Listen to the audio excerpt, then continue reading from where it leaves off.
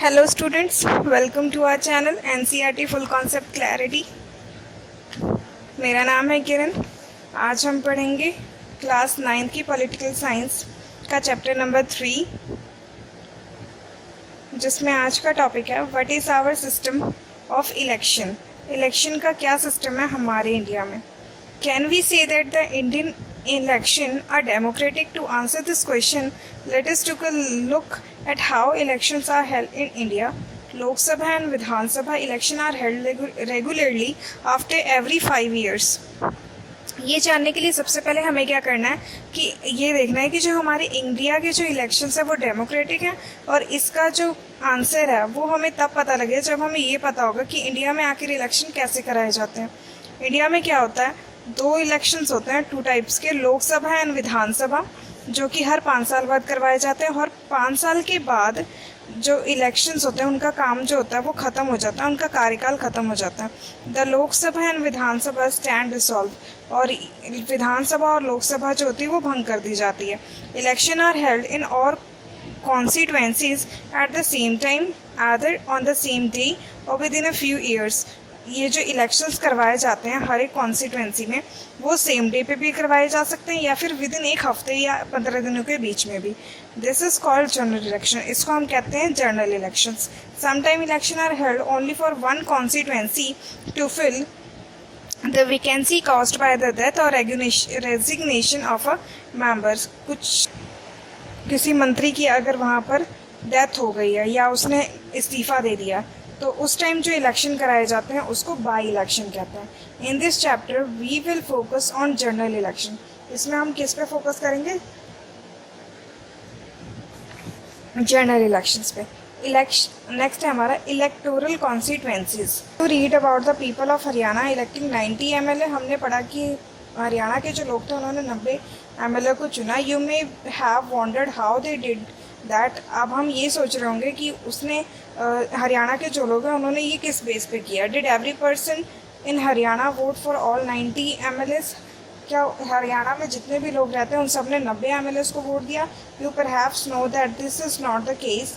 In our country we follow an area based system of representation. हमारे देश में क्या होता है कि कुछ एरिया को बांटा हुआ है कॉन्स्टिट्यूएंसीज में, ठीक है, चुनाव के एरिया में, वहाँ से जो लोग होते हैं वो चुनकर आगे आते हैं। The country is divided into different areas for the purpose of election. हमारी कंट्री को डिफरेंट एरियाज में डिवाइड किया हुआ है इलेक्शन के पर्पज से। These areas are called electoral constituencies. ये जो इलाके हैं इनको क्या कहते हैं? निर्वाचन क्षेत्र। हिंदी में निर्वाचन क्षेत्र कहते हैं। The voters who live in an area elected one representative। जो भी उस एरिया में मतदाता रहते हैं वो अपने एक हेड को चुनते हैं, ठीक है। फॉर लोकसभा इलेक्शन के लिए the country is divided into 443 constituencies. हमारी जो 543 हमारी जो कंट्री है उसको 543 कॉन्स्टिट्यूएंसीज में डिवाइड किया हुआ है। The representative elected from each constituency is called the member of parliament. Constituencies में से जो मेंबर्स चुने जाते हैं उनको मेंबर ऑफ पार्लियामेंट कहते हैं या फिर MP कहा जाता है। One of the feature of a democratic election is that every vote should have equal value. इस इलेक्शन का एक सबसे बड़ा फीचर ये है, सबसे बड़ा विशेषता ये है कि हर वोट का एक अपना ही अलग महत्व है। This is why our constitution require that each constituency should have a roughly equal population living in it। इसीलिए हमारी जो कॉन्स्टिट्यूशन है उसके लिए ये ज़रूरी है कि हर कॉन्स्टिट्यूएंसी में मतलब इक्वल पॉपुलेशन रहे, ठीक है। Similarly each state is divided a specific number of assembly constituencies. इसी तरह हर असेंबली को कॉन्स्टिट्यूएंसीज में बांटा हुआ है। In this case the elected representative is called the member of legislative assembly. इसमें जो चुने हुए जो व्यक्ति होते हैं उनको मेंबर ऑफ लेजिस्लेटिव असेंबली कहा जाता है। Each parliament constituency has with in it several assembly constituencies. The same principle apply for panchayat and municipal elections, और यही सारी चीज़ें पंचायत जो इससे छोटे दर के जो इलेक्शंस होते हैं वो पंचायत इलेक्शंस और म्यूनसिपल इलेक्शन में भी यही प्रिंसिपल अपनाया जाता है। ईच विलेज और town is divided into several ward, her village जो होता है वो सेवरल वार्ड्स में डिवाइड होता है, दैट आर लाइक कॉन्स्टिट्यूएंसीज, जैसे कि कॉन्स्टिट्यूएंसीज होती हैं।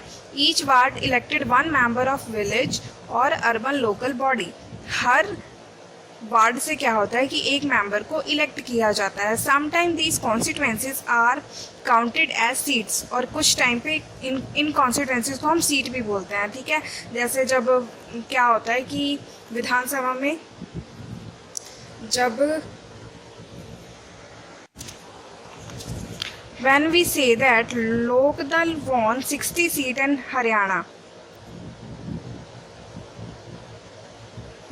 sometimes these constituencies are counted as seat, for each constituency represent one seat in the assembly, her assembly में हर एक कंस्टिट्यूएंसी की अपनी एक सीट होती है। when we say that Lokdal won 60 seat in Haryana, जब हम कहते हैं कि हरियाणा में 60 सीट लोकदल को मिली है, it means that candidate of Lokdal won 60 assembly constituencies. इसका मतलब ये है कि लोकदल की जो पार्टी है उसने 60 सीटें जीती हैं कॉन्स्टिट्यूएंसी में इन the state, and thus Lokdal has 60 MLA in the state assembly. तो इससे क्या हुआ कि स्टेट असेंबली में लोकदल पार्टी के 60 MLA बैठे हुए हैं, ठीक है। उसके बाद ये मैपिंग है, मैपिंग से आपको पता लग जाएगा कि डिस्ट्रिक्ट के बारे में क्या कह रहे हैं, ठीक है। और इसमें कुछ क्वेश्चंस हैं, जैसे कि why is the boundary of Gulbarga Lok Sabha constituency not the same as the district boundary of Gulbarga, draw a similar map for own your Lok Sabha constituency. हमें एक इस पर मैप बनाना है। How many assembly constituencies are there in Gulbarga Lok Sabha constituency, it is the same in your Lok Sabha constituency. इसके ऊपर भी हमें मैपिंग करनी है, ठीक है।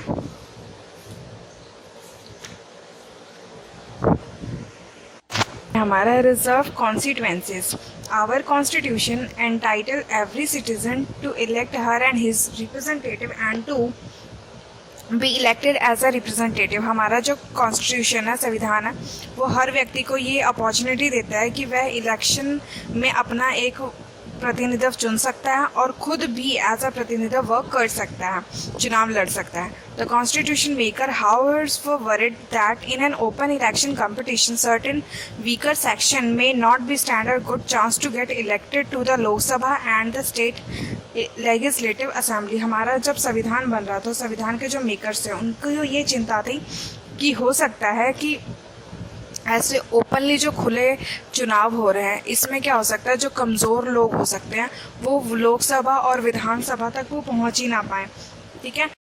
They may not have the required resources, education and contact to contest and win election against other. उन लोगों के पास इतने रिसोर्सेज ना हो जिससे कि वह दूसरे लोगों से लड़ सकें, ठीक है। उनके पास हो सकता है रिसोर्सेज ना हो, जैसे एजुकेशन, या फिर लोगों से कंटेक्ट ही ना हो। Those who are influential and resourceful may prevent them from winning election. ऐसे लोग जो जिनके पास बहुत ज़्यादा पावर होगी वो उनको इलेक्शन जीतने से रोक सकते हैं। If that happen, अगर ऐसा होता है तो parliament and assembly would be deprived of people of voice. Significant section of our population, हमारी पॉपुलेशन का बहुत बड़ा हिस्सा जो होगा वह असेंबली में आने से रुक जाएगा। They would make our democracy less representative and less democratic. ऐसा हमारी जो डेमोक्रेसी है उसका जो प्रभाव है उसको कम कर सकता है। So that the maker of our constitution thought of a specific system of reserve constituencies for the weaker section. इसलिए जो हमारे कॉन्स्टिट्यूशन के मेकर थे उन्होंने एक रिजर्व कॉन्स्टिट्यूएंसी भी बनाई। जैसे some constituencies are reserve for people who belong to the schedule caste SC and schedule tribes ST। उन्होंने क्या किया कि SC ST के लिए भी सिर्फ SC से रिलेटेड जो व्यक्ति है, ST से वही सिर्फ खड़ा हो सकता है। Currently in the Lok Sabha, 84 seated are reserved for the scheduled caste and 47 for the scheduled tribes. इस टाइम पे क्या है, लोक सभा में 84 सीटें जो हैं वो शेड्यूल कास्ट के लिए रखी गई हैं और 47 सीटें जो हैं वो शेड्यूल ट्राइब्स के लिए रखी गई हैं.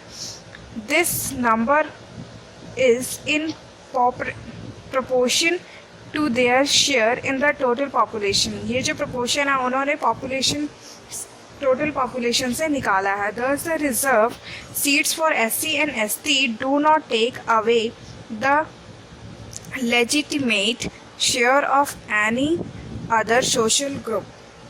इससे क्या होगा कि SC ST के लिए जो भी सीटें रखी गई हैं उन पर और कोई अपना कब्जा. This system of reservation was extended later on other weaker section at the district and local level. District level और local level पे ये जो system था वो और बढ़ा दिया गया. In many states, seats in rural and urban local bodies are now reserved for other backward classes was well. इसी तरह क्या हुआ कि कुछ states में भी अब अदर बैकवर्ड क्लास जो ओबीसी है उनको भी रिजर्वेशन मिलने लगी. However the proportion of seats reserved varies from state to state. ये जो ये जो प्रोपोर्शन है वो स्टेट टू स्टेट डिपेंड करता है. Similarly 1/3 of the seats are reserved in rural and urban bodies for women candidates. इसी तरह 1/3 जो सीटें होती हैं वो वुमेन्स के लिए रिजर्व्ड हैं. ठीक है. नेक्स्ट टॉपिक है हमारा voter list. Once the constituencies are decided, जब चुनाव क्षेत्र डिसाइड हो जाते हैं, the next step is to decide who can and who can not vote. अब ये डिसाइड किया जाता है कि कौन वोट कर सकता है और कौन नहीं. This decision can not be left to any one till the last day. ये जो डिसीजन है लास्ट डे तक किसी पर भी नहीं छोड़ा जाता. In a democratic election, एक लोकतांत्रिक इलेक्शन में, the list of those who are eligible to vote it prepare much before the election and given to everyone. ये जो इलेक्शन की जो सूची होती है कि कौन वोट कर सकता है, कौन एलिजिबल है वोट करने के, इसको वोटिंग वाले डे से बहुत पहले ही तैयार कर ली जाती है और सभी को दे दी जाती है. This list officially called the election roll and it commonly known as the voter list. आम भाषा में इसे क्या कहते हैं, voter list. This is an important step for it is linked to the first condition of democratic election. ये पहला step जो है बहुत ज़्यादा इंपॉर्टेंट है क्योंकि डेमोक्रेटिक इलेक्शन का फर्स्ट कंडीशन जो है ये उसको पूर्ण करता है. Everyone should get an equal opportunity to choose representative. अपना रिप्रेजेंटेटिव चुनने के लिए हर किसी को इक्वल अपॉर्चुनिटी है. In chapter 1 we read about the principle of universal adult franchise. इस चैप्टर में हमने यूनिवर्सल अडल्ट फ्रेंचाइज के बारे में पढ़ना है. आमतौर पर इसको क्या, in practice it means that everyone should have one vote and each should have equal values. आमतौर पर इसको क्या कहते हैं कि हर एक बंदा अपना एक वोट देगा और हर वोट की अपनी एक वैल्यू होगी. No one should be denied the right to without a good reason. किसी भी व्यक्ति को मत देने से नहीं रोका जा सकता जब तक कोई ठोस कारण ना हो. Different citizen differ from each from another in many ways. हर व्यक्ति एक दूसरे से अलग है. समा रिच, कुछ अमीर हैं. समा पुअर, कुछ गरीब हैं. समा हाईली एजुकेटेड, कुछ बहुत ज़्यादा पढ़ लिखे हैं. समा नॉट एजुकेटेड और नॉट एजुकेटेड आर, कुछ कम पढ़े लिखे हैं और कुछ बिल्कुल ही अशिक्षित हैं. Some kinds other are not kind, कुछ दयालु हैं कुछ नहीं है. But all are them are human, सभी ह्यूमन बींग्स हैं और दे आर ओन नीड, सबकी अपनी अपनी ज़रूरतें हैं और सबके अपने विचार हैं. That is why all them deserve to have an equal say in the decision that affect them. और ऐसे जिस कार्य में, ठीक है, जिस कार्य के होने से सबके ऊपर प्रभाव पड़ता हो उसमें सबकी भागीदारी होना बहुत ज़्यादा ज़रूरी है. In our country all citizens aged 18 years can above can vote in an election. हमारे देश में क्या है कि 18 साल से ऊपर के लोग जो हैं वो वोट देने के लायक हैं. Every citizen has the right to vote. हर सिटीज़न को राइट है अपना वोट देने का, चाहे वह किसी भी कास्ट से हो, कोई भी जेंडर हो उसका. But some criminals and persons with unsound mind can be denied the right to vote. पर कुछ जो अपराधी होते हैं और जो दिमाग से थोड़े से अनबैलेंस होते हैं वो लोग वोट देने के अधिकारी नहीं होते हैं, वो भी कुछ रीजंस में. But only in rare situations, ठीक है. It is the responsibility of government to get the name of all the eligible voters out of the voter list. ये गवर्नमेंट का काम होता है कि जितने भी एलिजिबल लोग हैं, मतदाता मतलब वोट देने के लायक हैं, उनके नेम एश्योर किए जाएं. As new person attain voting age, name are added the voter list. जो भी नवे लोग आए हैं, जो भी अब 18 के हो गए हैं, उनका जो नेम है वो वोटर लिस्ट में शामिल किया जाए. Name of those who move out of this place, जो उस क्षेत्र से चले गए हैं. Those who are dead or deleted, और जो मर गए हैं उन्हें भी वोटिंग लिस्ट से अलग किया जाए. A complete revision of the list take place every 5 years. हर 5 साल के बाद जो वोटिंग की जो लिस्ट है वो नवी बना दी जाती है. This is done to ensure that it remember up to date. ऐसा इसलिए किया जाता है ताकि अपडेटेड रहे हमारी जो वोटर लिस्ट है. In the last few years a new system of election photo identity card has been introduce. पिछले कुछ सालों से क्या हुआ कि फ़ोटो आइडेंटिटी कार्ड भी लेते हैं, ठीक है, इंट्रोड्यूस करने के लिए कि बंदा कौन है, क्या उसका पहचान है. The government has try to give this card to every person on the voter list. हर बंदे को वोटर लिस्ट में शामिल करने के लिए कार्ड दिया जाता है. The voters are required to carry this card when they go out to the vote. जब वो वोट देने जाए तो उनके पास ये कार्ड अपना होना चाहिए, so that no one can vote for someone else, जो कि ताकि किसी और को कोई वोट ना कर सके. But the card is not yet compulsory for voting. But इस टाइम में अब ये कार्ड कंपल्सरी नहीं है for voting. Voters can show many other proof of identity like ration card और ड्राइविंग लाइसेंस. वोट करने के लिए हम और भी कई जो अपने कार्ड होते हैं उनका यूज़ कर सकते हैं, जैसे हमारे ड्राइविंग लाइसेंस होते हैं या फिर रेजिडेंटल प्रूफ भी लेते हैं, ठीक है, और आइडेंटिटी प्रूफ, राशन कार्ड भी लग जाता है. इन सारी चीज़ों को दिखाकर वोटर जो है वो अपना वोट डाल सकता है. Thanks for watching this video. इससे आगे के जो टॉपिक्स हैं वो हम अगली आने वाली वीडियो में पढ़ेंगे. सो आप कंटिन्यू रखें. थैंक्स.